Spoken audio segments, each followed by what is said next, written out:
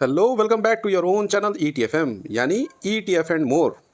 तो आगे बढ़ने से पहले मैं आपको रिक्वेस्ट करना चाहूँगा कि प्लीज़ आप मेरा चैनल सब्सक्राइब करें और बेल आइकन अवश्य दबा लें ताकि आप तक मेरी वीडियो की नोटिफिकेशन तुरंत ही पहुँच सके। और इसके अलावा हमारा एक टेलीग्राम चैनल भी है जो ये है, और इसमें आपको ज्वाइन करने के बाद में यहाँ पे जो पिन कमेंट है उसके अंदर एक लिस्ट मिलेगी जिसमें सिलेक्टेड ETF हैं, और ये हमारा ETFM का यूनिवर्स है ETF का, और इसमें स्ट्रैटेजी भी लिखी है और सिलेक्ट किए गए ETF भी लिखे हैं, कब किसको बाय कर सकते हैं और कब इसको सेल कर सकते हैं उसकी स्ट्रैटेजी लिखी हुई है। और इससे पहले कि हम लोग आगे बढ़ें, मैं आपको बता देना चाहता हूं कि ये डिस्क्लेमर देना चाहता हूं कि हमारी तरफ से कोई भी बाय या सेल की रिकमेंडेशन इस वीडियो में नहीं दी गई है। ये वीडियो सिर्फ एजुकेशनल पर्पज़ के लिए बनाया गया है, और कहीं भी कोई भी इन्वेस्टमेंट करने से पहले अपने स्वयं का विवेक का उपयोग करें और अपने फाइनेंशियल एडवाइज़र से सलाह ज़रूर लें। और इसके बाद में मैं बताना चाहता हूं कि ये वीडियो जो है हमारा 3 पार्ट में कंप्लीट होगा। तो पहले पार्ट में हम लोग देखेंगे कि FII, DII, प्रो और पब्लिक इनकी पोजीशन इंडेक्स फ्यूचर के इंडेक्स में क्या बन रही है, और दूसरे पार्ट में हम लोग देखेंगे कि कौन से ETF में सबसे ज़्यादा डिलीवरी परसेंटेज के साथ साथ बाइंग वैल्यू में इजाफा हुआ है, और बिग मनी को हम उसको देख के ट्रैक करेंगे। ठीक है। और तीसरा हमारा सवाल जवाब का पार्ट रहेगा। उसके अंदर आपके द्वारा जो किए गए कमेंट्स हैं, जैसे कि आज ये एक सैकत घोष भाई हैं हमारे, उन्होंने सवाल किया है, आप स्क्रीन पर देख पा रहे हैं कि लॉन्ग टर्म SIP के लिए कौन सा ETF अच्छा होगा। मैं रिस्क ले सकता हूँ मिड 150 बीज HDFC स्मॉल 250 और स्मॉल कैप क्वालिटी 100 250 क्वालिटी 100, ये एक मेरा एसेट की तरफ से है। तो इसके बारे में हम लोग डिस्कस करेंगे, लेकिन वीडियो के लास्ट में बने रहिए हमारे साथ। तो दोस्तों, आप ये क्लाइंट का डेटा देख पा रहे हैं। फ्यूचर इंडेक्स में आपके पास 4 पार्टिसिपेंट्स होते हैं, FII, DII, pro and public. Public यानी क्लाइंट। ठीक है। तो नए साथी जो लोग जुड़ रहे हैं, और उनको मैं सबसे पहले तो धन्यवाद देना चाहूँगा कि उन्होंने मेरा चैनल सब्सक्राइब किया है और फर्दर भी अपना स्नेह बना के रखेंगे। तो उनको मैं पहले बता देना चाहता हूँ। पुराने साथियों को मालूम है, नए वालों को बता देता हूँ कि ये वाला जो पार्ट है ये है चेंज का, डेली जो चेंज हो रहा है डेटा। ठीक है। और ये वाला है शॉर्ट का, ये वाला है लॉन्ग का, और ये वाला है डेट्स का। ये पिछले 5 दिनों के डेटा हम लोगों ने लिए हुए हैं, तो उसके आधार पर हम लोग एनालिसिस करते हैं। ये पब्लिक का डेटा आपके स्क्रीन पर आ रहा है। तो पब्लिक ने आज माल थोड़ा बहुत बेचा है, और इन्होंने जो बेचा है वो उसका चेंज होकर -0.86% आया है, और इनकी लॉन्ग पोजीशन अब 42.61% शेष रह गई है।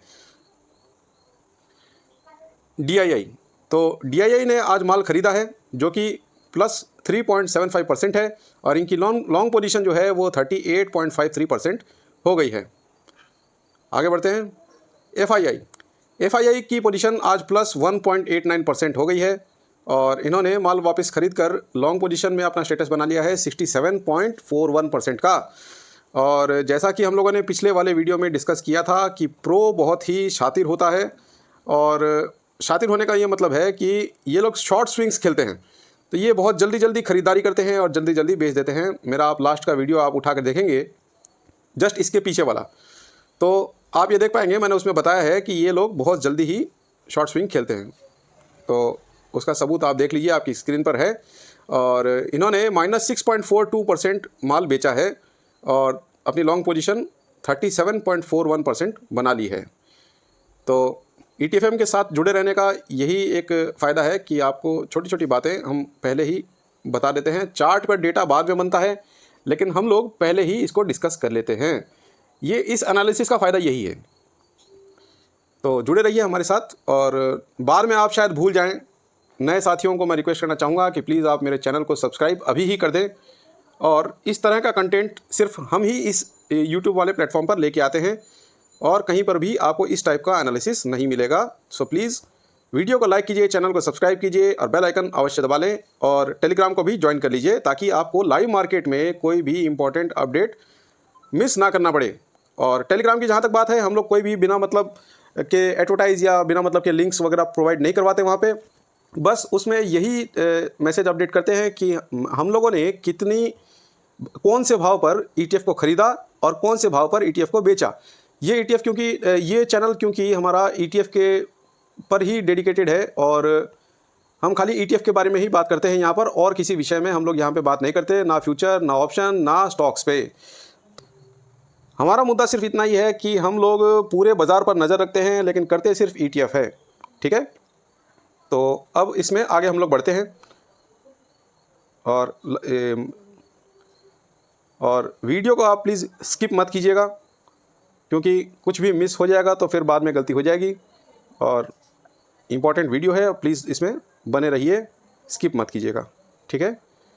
तो हमेशा की तरह हम लोगों ने अपनी ETF ट्रैकर शीट को खोल लिया है, और जैसा कि मैं हमेशा ही बता देता हूं आप लोगों को कि कौन सा वाला क्या है, उसकी बारे में डिटेल में आपको पहले बता देता हूं। तो सबसे पहले हम लोग जान लेते हैं कि ये जो आप डेटा यहाँ पे देख रहे हैं ये लास्ट 5 डेज़ का है, और 13 सितंबर 2024 को यहाँ पे लास्ट ट्रेडिंग हुई थी, वहाँ तक से शुरू होकर ये यहाँ से शुरू होकर और 9 तारीख तक का इसमें डेटा हम लोगों ने लिया है। ये लास्ट 5 ट्रेडिंग सेशन का डेटा है, और ये जो आप पहले वाले जो डेटा मैंने मार्क किया है ये 5 दिनों का डिलीवरी डेटा है। हर ETF के नाम के सामने ये 5 दिनों का डेटा लिखा हुआ आ रहा है। और इसके बाद में हम लोग देख पा रहे हैं यहाँ पर, तो इस वाले कॉलम में हम लोगों ने 5 दिन का बाइंग वैल्यू इसमें लिख रखी है, जो कि लाख में है। अगर मान लीजिए आप इस वाले डेटा को देख रहे हैं तो इसमें 13 तारीख वाले कॉलम में जो लिखा हुआ है फर्स्ट वाली में, इसमें 391 नंबर्स लिखे हुए हैं, तो ये 3,91,00,000 है, ठीक है। तो ये डेटा जो है वो लाख में है, ना कि करोड़ में है, आप प्लीज़ कंफ्यूज मत होइए। तो हमेशा की तरह हम लोग इसको फ़िल्टर कर लेते हैं, और ऐसे फ़िल्टर करेंगे कि सिर्फ 13 तारीख को जो परचेजिंग हुई है वो पिछले 4 ट्रेडिंग सेशन के मुकाबले ज़्यादा होनी चाहिए। सबसे ज़्यादा जिसमें डिलीवरी पोजीशन आई है और सबसे ज़्यादा जिसमें बाइंग वैल्यू आई है उसको हम लोग फ़िल्टर कर लेते हैं। तो चलिए देर ना करते हुए इसको फ़िल्टर कर लेते हैं। तो डाटा हम लोगों ने फ़िल्टर कर लिया है, और फ़िल्टर करने के बाद में मैं आपको समझा देता हूं कि डेटा किस तरह से हम लोगों ने फ़िल्टर किया है। तो सबसे पहले ये जो आप कॉलम देख रहे हैं ये है डिलीवरी परसेंटेज का। ये यहाँ पर ये डिलीवरी परसेंटेज वाली कॉलम है, इसको आप देख पा रहे हैं यहाँ पे स्क्रीन पर।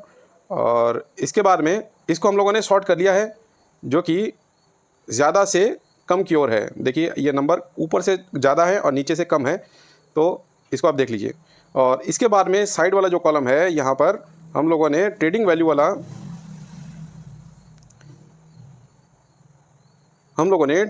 वाला जो कॉलम है उसको ऐसे सॉर्ट कर लिया है जिससे कि मालूम पड़े कि 13 तारीख को जो ट्रेडिंग हुई है वो पिछले 4 ट्रेडिंग सेशन के मुकाबले सबसे ज़्यादा हुई है, ठीक है। तो अब हमारा एनालिसिस जो है वो शुरू करते हैं, और सबसे पहले देख लेते हैं कि 13 तारीख को 70% मिनिमम 70% हमारे क्राइटेरिया में फिट होता है। तो डिलीवरी परसेंटेज 70% मिनिमम कहाँ पे आई है, तो 70% हम इसमें देख पा रहे हैं कि HDFC सिल्वर में यहाँ पर आई है, ठीक है। ये हमारा ETF का नाम है, और यहाँ पर ये 70.60% आप देख पा रहे हैं, ठीक है। ये और पिछले 4 दिनों की डिलीवरी पोजीशंस आप देख पा रहे हैं अपनी स्क्रीन पर, ठीक है। तो अब हम लोगों ने मालूम कर लिया है कि HDFC सिल्वर में मिनिमम 70% कौन से ETF के सामने आई है, और हम जैसे जैसे ऊपर अब बढ़ेंगे उस हिसाब से डिलीवरी पोजीशन बढ़ती जाएगी। तो इसलिए अब हम डिलीवरी पोजीशन को ना देखते हुए हम सीधा बाइंग वैल्यू वाली कॉलम में आ जाते हैं। और बैकग्राउंड में जो नॉइस आ रहा है प्लीज़ उसको इग्नोर कीजिए, क्योंकि इसका हम कुछ कर नहीं सकते। मेरा घर ही कुछ ऐसी लोकेशन पे है, तो प्लीज़ बी विद अस। और इसमें HDFC सिल्वर में आज देख पा रहे हैं कि 13 तारीख को जो ट्रेड हुआ है इसमें 6,17,00,000 रुपये लगे हैं, और जो कि पिछले 4 ट्रेडिंग सेशन के मुकाबले कहीं ज़्यादा है, ठीक है। इसमें किसी भी दिन 6 करोड़ रुपए नहीं लगे, उससे कम ही पैसे लगे हैं, ठीक है। तो इसमें आगे बढ़ लेते हैं। टाटा गोल्ड में अच्छी खासी परचेजिंग चल रही है। इसमें 3,22,49,000 रुपये लगे हैं, आप देख पा रहे हैं। और मिड 150 बीज, इसी के रिगार्डिंग आज हमारा कमेंट में जो मैंने वीडियो की शुरुआत में आपको क्वेश्चन दिखाया था वो क्वेश्चन है। तो इसमें भी अच्छा खासा पैसा लगा है। यह है 12,91,89,000, और ये भी पिछले 4 ट्रेडिंग सेशन के मुकाबले पैसा ज़्यादा लगा है। UTI सेंसेक्स SXN 50 ये निफ्टी 50 पर बेस्ड है, और ये यूटीआई की तरफ से होता है। ये छोटा ईटीएफ है, इसको हम लोग अभी के लिए इग्नोर करते हैं और इसको हम कवर भी नहीं करते। इसको हम जिसको कवर करते हैं वो हमारे टेलीग्राम पर आप देखेंगे, पिन कमेंट में है। हमारे ईटीएफ यूनिवर्स के अंदर जितने भी ईटीएफ हैं सारे की लिस्ट आपको मिल जाएगी। वो ईटीएफ को अगर आप यूज़ करते हैं तो सारे मार्केट को आप कवर कर पाएंगे, कुछ भी मिस होगा नहीं। और वो सबसे ज़्यादा वॉल्यूम वाले ईटीएफ हैं, तो अपनी वॉच लिस्ट में उसको ऐड आप कर सकते हैं। मैं यहाँ पे कोई ख़रीदने या बेचने की राय नहीं दे रहा हूँ। आप डिस्क्लेमर मेरा पहले ही सुन चुके हैं। मैं कोई सेबी रजिस्टर्ड एनालिस्ट नहीं हूँ, ठीक है। तो अपने हिसाब से ही खरीदना या बेचना कीजिए, मेरे कहने से कुछ भी खरीदने या बेचने की ज़रूरत नहीं है। तो गोल्ड बीज को हम लोग अपने यूनिवर्स में कवर कर रखे हैं और इसमें 85,70,37,000 रुपये इसमें लगे हैं। तो गोल्ड बीज में अच्छा खासा पैसा लग रहा है, आप नोट कर लीजिए कहीं नोट करना है तो। और मोन Q50 ये एक इंटरनेशनल ईटीएफ है जो कि अमेरिका के बाज़ार पे लगता है और इसमें 46,25,000 रुपये आज इसमें लगते हुए नज़र आए हैं। हालांकि हम इसको कवर नहीं करते हैं। हम बाकी के जो इंटरनेशनल ईटीएफ है उसमें से भी चाइना वाले हम लोग नहीं करते हैं। अब क्यों नहीं करते हैं वो बात एक अलग बात है, वो मैं कभी फिर बताऊँगा आपको। और फ़िलहाल के लिए हम लोग नहीं करते हैं। उस लिस्ट को आप हमारे टेलीग्राम पर जाकर चेक कीजिए। और NETF ये निफ्टी पर ही बेस्ड है ईटीएफ, ये छोटा ईटीएफ है, इसको हम लोग नहीं देखते हैं। LT गिल्ट बीज ये तो बॉन्ड है, ठीक है। और इसके अलावा सिल्वर 1 इसके अंदर 2,89,54,000 रुपये लगे हैं, ठीक है। तो सिल्वर गोल्ड इसमें ज़्यादा करके पैसा लग रहा है। और IT की बारी आ गई है, IT में भी ज़्यादा पैसा लगा है। ऑयल IETF ये रिसेंटली ही लॉन्च किया गया था ICICI प्रूडेंशियल की तरफ से। ये एक अच्छा ETF है और ये ऑयल कंपनीज़ पर बेस्ड एकमात्र ETF है अभी के टाइम में, ठीक है। तो इसके अंदर अभी आप नज़र रख सकते हैं। और इस वाले हमारे एनालिसिस का जो निचोड़ निकलता है, तो जो निचोड़ हम अगर देखेंगे तो चार्ट पर इसका असर जो है वो बाद में नज़र आता है। हम लोग पहले ही बिग मनी को यहाँ से ट्रेस कर लेते हैं, ठीक है, कि बिग मनी का इनफ्लो कहाँ पे बढ़ रहा है, तो हम उस हिसाब से तैयार रहते हैं, ठीक है। तो अब ऑयल ETF के बाद में हम लोग आगे बढ़ते हैं।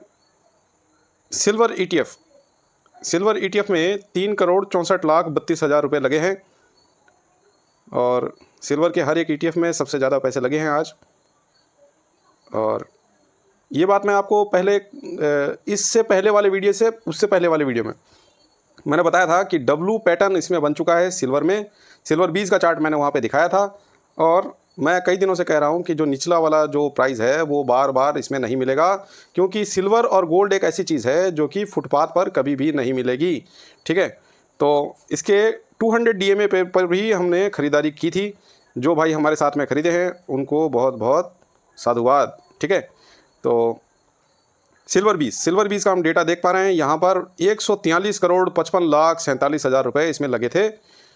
और डिलीवरी परसेंटेज जैसा कि मैंने आपको पहले बताया, अब हम डिलीवरी परसेंटेज का कॉलम देख रहे हैं और नीचे से ऊपर तक बढ़ने की हिसाब से हम लोग जो बढ़ रहे हैं तो इसमें ऑटोमेटिकली डेटा हमारा शॉर्ट किया हुआ है। तो हम लोग जब नीचे से ऊपर बढ़ रहे हैं तो ये डिलीवरी परसेंटेज ऑटोमेटिकली ही बढ़ जा रहा है। तो ये आप यहाँ पर देख पा रहे हैं, इसमें 82.36% की डिलीवरी पोजीशन आई है, ठीक है। तो वापस से हम लोग परचेज़ वैल्यू वाले पे चले जाते हैं। और कुछ एक भाई थोड़ा कंफ्यूज हैं तो आप प्लीज़ वीडियो को 2 बार देखें या फिर वीडियो को थोड़ा स्लो करके देख लें। और मेरी तो मजबूरी है, देखिए मैं 1.25% की इसमें स्पीड बढ़ा देता हूँ अपलोड करने के टाइम पे, क्योंकि ज़्यादा लंबे वीडियो को लोग देखते नहीं हैं। और अगर लोग नहीं देखें, आप लोगों में से किसी को नहीं देखना पसंद आए तो मेरा वीडियो बनाना ही व्यर्थ जाएगा। इसलिए मैं उसकी स्पीड बढ़ा देता हूँ। अगर किसी को कुछ समझ में नहीं आए तो 2-3 बार चला के देखें और फिर भी समझ में नहीं आए तो उसको स्लो करके देखें ताकि आपको कोई कन्फ्यूज़न ना हो, ठीक है। और सब्सक्राइब तो मैं आशा करता हूँ आप लोगों ने कर ही दिया होगा, वीडियो को लाइक कर दिया होगा और कृपा वहीं पे अटकी हुई है ये आप नोट करके रखिए। जब आप सब्सक्राइब कर देते हैं तो कृपा आनी चालू हो जाती है, वो चाहे आपको आए चाहे मुझे आए। खैर आगे बढ़ते हैं, ये तो जोक था। और गोल्ड वन के अंदर भी पैसा लगा है 5,62,81,000 रुपये। और ये एक छोटा ETF है और छोटे ETF में भी कभी कभार बहुत सारा पैसा लग जाता है। और इसका कारण ये है कि बड़े ETF में लोग ज़्यादा ध्यान देते हैं तो उनको ज़्यादा मालूम पड़ जाता है।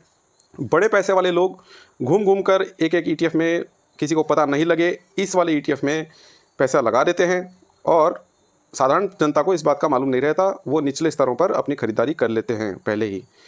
तो इसलिए हमारा ये जो प्रोग्राम है ये इसीलिए अच्छा माना जा रहा है क्योंकि इसमें हम लोग NSE पर लिस्टेड जितने भी ETF हैं हम सबकी ही एनालिसिस करते हैं, तो इससे मालूम पड़ जाता है कि इनफ्लो कहाँ पे जा रहा है। आगे बढ़ते हैं। ABSL लिक्विड, ये तो बॉन्ड की तरफ से है, और MOM50 ये भी छोटा ETF है। डिवोप 20, इसके अंदर 77,48,000 इसमें लगे हैं, ठीक है। और आगे बढ़ते हैं। सेट गोल्ड, आज तो गोल्ड के ETF में भरमार लगी है खरीदारी की, ठीक है। 13 तारीख को इसमें बहुत सारी खरीदारियाँ हुई है। इसमें भी आप देख सकते हैं सेट एफ गोल्ड में भी 15,79,24,000 की इसमें खरीदारी हुई है।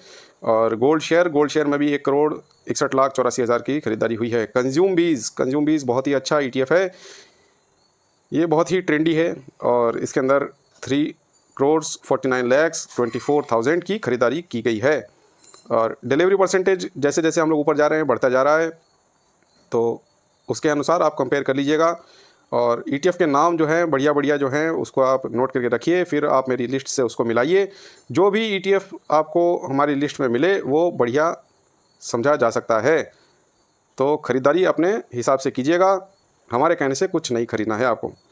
मस्ट टॉप 50 ये बहुत दिनों से एक रेंज में घूम रहा है, तो इसमें भी पहले के मुकाबले ज़्यादा पैसा लगा है, लेकिन इतना भी कोई ख़ास पैसा नहीं लगा कि जिससे कि हम लोग दौड़ के जाएँ और इसको ख़रीद लें।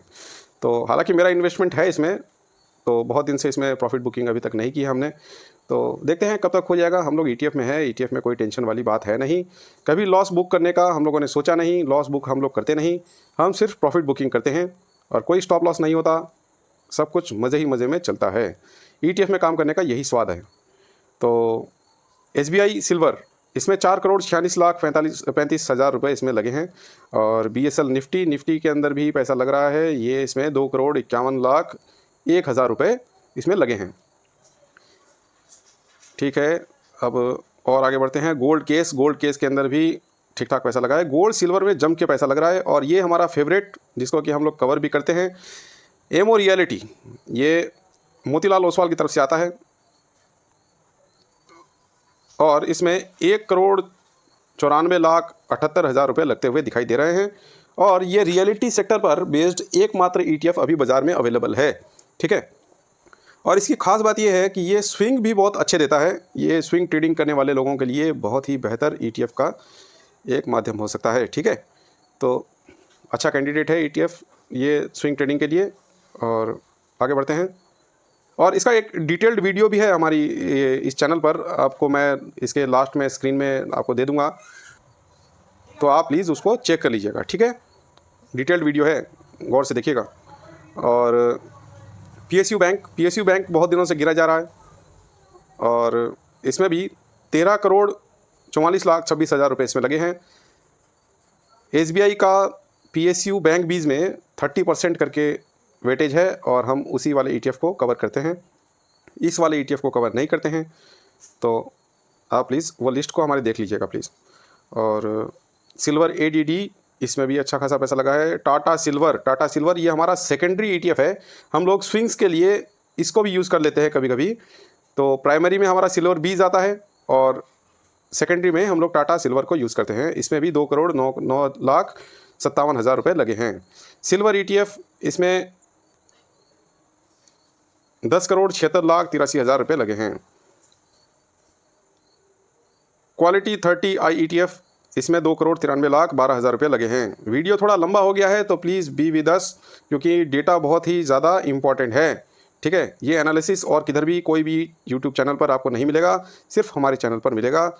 और ज़्यादा बोलने की मुझे आदत है, तो इसका आप कुछ कर नहीं सकते, ठीक है।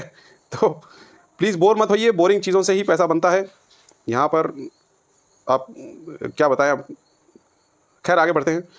लो वॉल IETF, इसमें 7,91,95,000 रुपये लगे हैं। ये बहुत ही अच्छा ETF है, क्योंकि इसमें वॉलेटिलिटी बहुत कम है, तो बड़े पैसे वाले लोग भी इसमें आराम से पैसे लगा रहे हैं, ठीक है। लॉन्ग टर्म के लिए भी अच्छा है ये वाला, ठीक है। हालांकि हम इसमें लॉन्ग टर्म अभी नहीं कर रहे हैं, हम लोग खाली स्विंग्स के लिए इसको यूज़ करते हैं। मिड कैप ETF, ये बहुत ही अच्छा ETF है।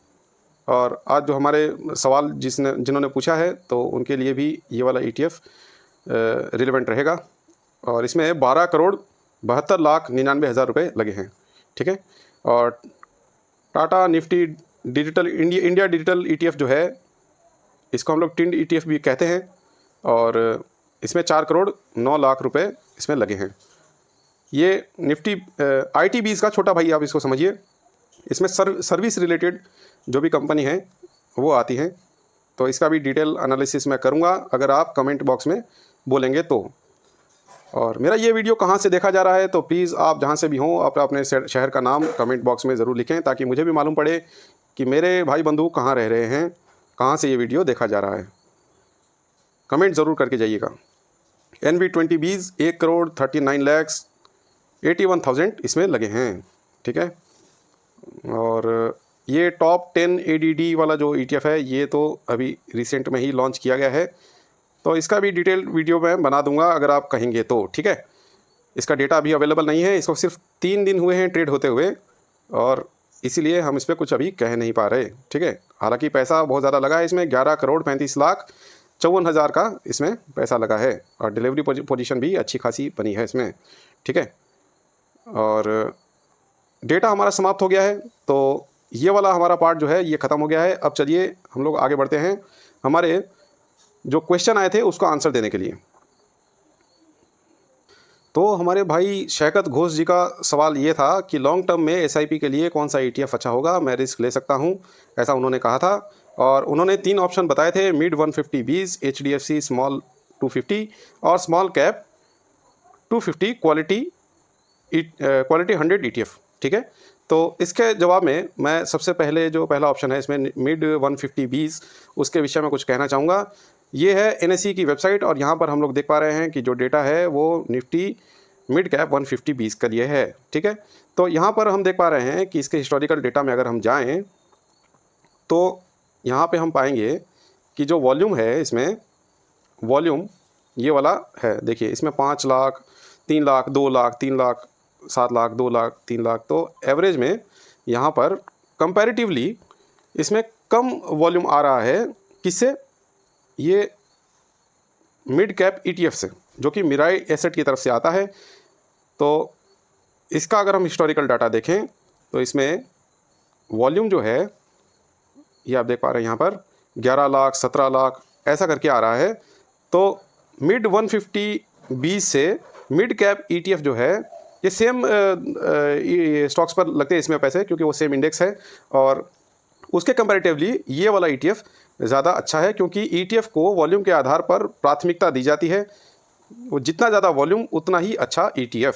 तो मैं यही कहूँगा कि आप इसके साथ जा सकते हैं, मिड कैप 150 के साथ।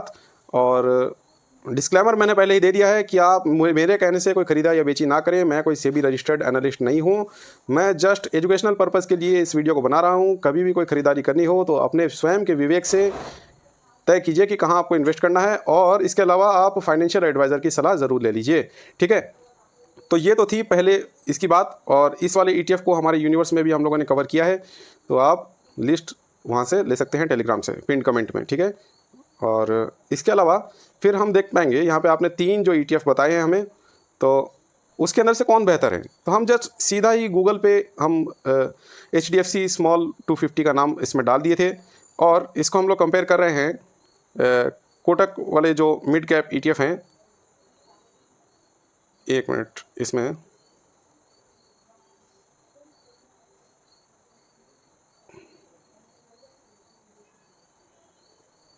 तो इसको कंपेयर कर लेते हैं हम लोग स्मॉल कैप से, स्मॉल कैप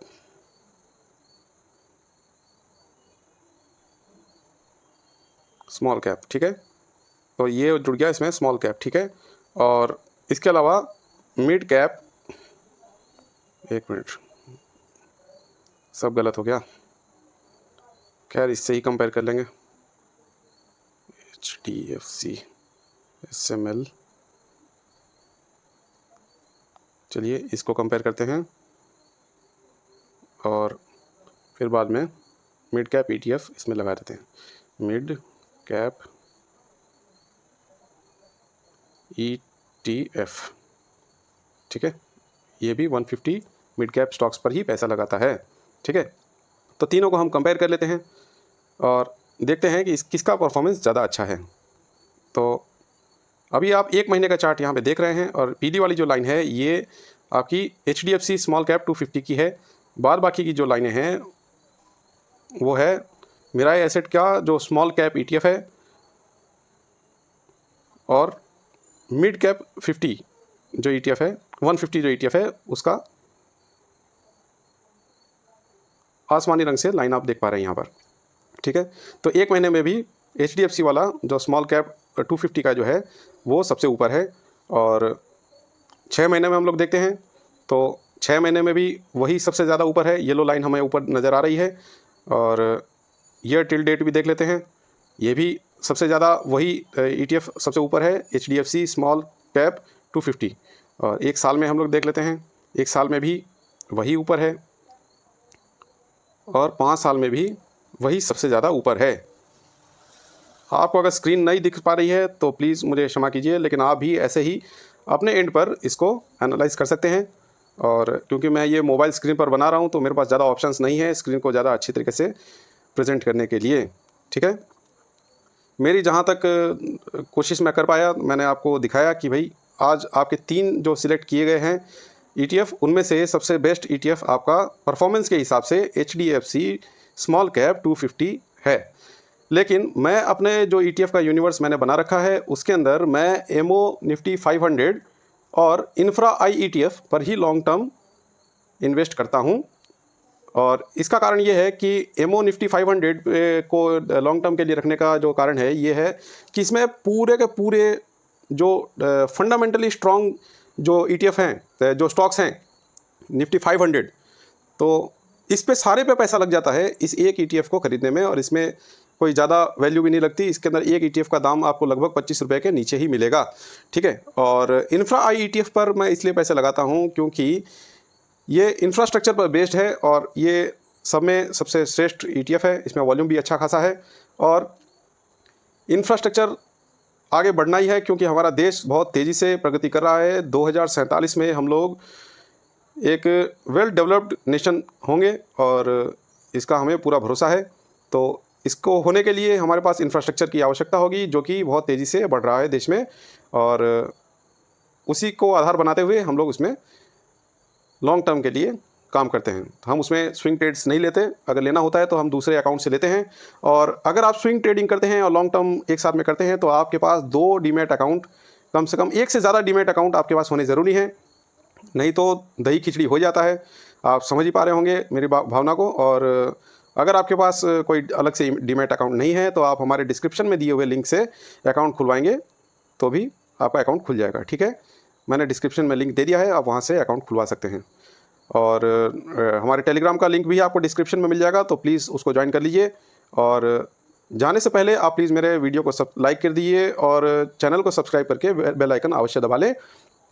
हमारा वीडियो देखने के लिए धन्यवाद। जय हिंद, जय भारत।